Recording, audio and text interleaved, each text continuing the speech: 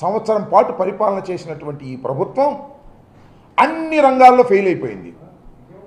ఆ రంగాల గురించి మాట్లాడవలసినటువంటి పరిస్థితి వస్తుందనేటువంటి ఉద్దేశంతో లేని విషయాన్ని ఉన్నట్టుగా చేసి, ఆ విషయాన్ని పెద్దదిగా చేసి, అది ఒక ప్రజా ఉద్యమంలాగా తీర్చిదిద్దేటటువంటి కార్యక్రమంలో ఇవాళ నారా చంద్రబాబు నాయుడు గారు, వారి ప్రభుత్వం, వారి పార్టీ, వారికి ఉన్నటువంటి మీడియా ఛానళ్ళు పనిచేయటం చాలా దురదృష్టకరమని ఈ సందర్భంగా నేను చెప్పదలుచుకున్నాను.